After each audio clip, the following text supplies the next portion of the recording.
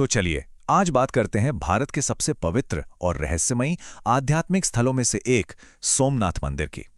इसकी कहानी बड़ी दिलचस्प है और ये उस सवाल का जवाब देती है कि आसमान में चांद घटता और बढ़ता क्यों है। और इस पूरी कहानी की शुरुआत होती है इसी पवित्र नाम से, सोमनाथ। इसका मतलब है चंद्रमा के स्वामी। और जानते हैं, इसी नाम में एक बहुत बड़ा खगोलीय राज छिपा हुआ है। कभी सोचा है कि चांद की कलाएं क्यों बदलती रहती हैं? कभी वो पूरा गोल हो जाता है और फिर धीरे धीरे करके आसमान से गायब ही हो जाता है ना? इस प्राचीन कथा में इस सवाल का एक बहुत ही गहरा पौराणिक जवाब छिपा है। तो चलिए इस कहानी में उतरते हैं। तो हमारी कहानी के जो मुख्य किरदार हैं वो हैं चंद्रदेव, यानी कि चंद्रमा। और उनकी एक अनोखी शादी हुई थी, एक ऐसी शादी जिसने एक बहुत बड़े असंतुलन को जन्म दे दिया। हुआ ये कि चंद्रदेव का विवाह महान राजा दक्ष प्रजापति की 27 बेटियों से हुआ था। और दिलचस्प बात यह है कि ये 27 बेटियां कोई और नहीं बल्कि वही 27 नक्षत्र हैं जिन्हें हम रात में आसमान में देखते हैं। और बस यहीं से सारी गड़बड़ शुरू हुई।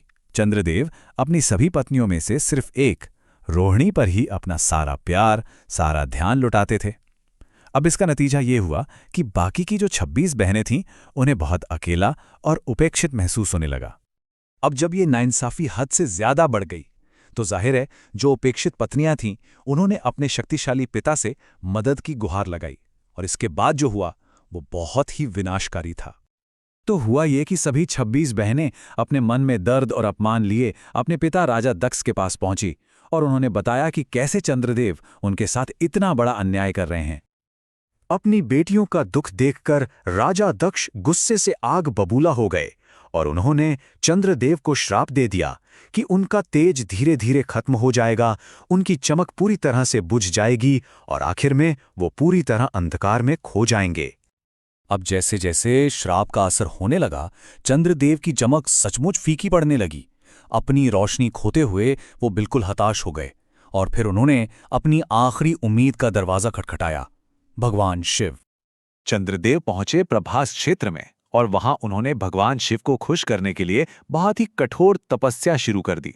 मतलब अपनी बची खुची सारी ऊर्जा, सारी शक्ति उन्होंने सिर्फ और सिर्फ प्रार्थना में लगा दी। और बस यही कहानी अपने सबसे अहम मोड़ पर आती है। चंद्र की ऐसी भक्ति देखकर भगवान शिव पिघल गए और उनके सामने प्रकट हुए। लेकिन यहां एक पेंच था। राजा दक्ष का श्राप इतना शक्तिशाली था कि उसे पूरी तरह से खत्म नहीं किया जा सकता था। तो शिवजी ने एक कमाल का रास्ता निकाला। उन्होंने श्राप को बदला, उसे मॉडिफाई कर दिया। उन्होंने चंद्र को वरदान दिया कि वो महीने के एक पक्ष में धीरे धीरे घटेंगे, लेकिन दूसरे पक्ष में वो फिर से बढ़कर अपने पूरे आकार में लौट आएंगे। और बस यही वो दिव्य समझौता था जिससे अमावस्या यानी न्यू मून और पूर्णिमा यानी फुल मून का जन्म हुआ। और इसी वजह से हम आज भी चांद को 15 दिन घटते और 15 दिन बढ़ते हुए देखते हैं। तो इस तरह कहानी के शुरू में जो सवाल था उसका जवाब मिल गया। लेकिन रुकिए, कहानी अभी खत्म नहीं हुई है। चंद्रदेव का जो आभार था, उनकी जो ग्रैटिट्यूड थी, उसने एक ऐसी अमर निशानी को जन्म दिया जो आज भी हमारे सामने है और इस पूरी कहानी के मतलब को और भी गहरा बनाती है। बहुत ज्यादा कृतज्ञ होकर चंद्रदेव ने भगवान शिव को एक नया नाम दिया, सोमनाथ। सोम यानी चंद्रमा और नाथ यानी स्वामी, मतलब चंद्रमा के स्वामी। और उसी जगह पर उन्होंने शिवजी के सम्मान में एक पवित्र ज्योतिर्लिंग की स्थापना की। और इस बात पर ध्यान देना बहुत जरूरी है कि ये कोई मामूली शिवलिंग नहीं था। ये भगवान शिव के 12 सबसे पवित्र ज्योतिर्लिंगों में से पहला ज्योतिर्लिंग बना और इसी ने सोमनाथ मंदिर को पूजा का इतना बड़ा, इतना प्रमुख केंद्र बना दिया। तो आखिर इस पूरी कहानी से हमें सीखने को क्या मिलता है? 2 बहुत जरूरी बातें।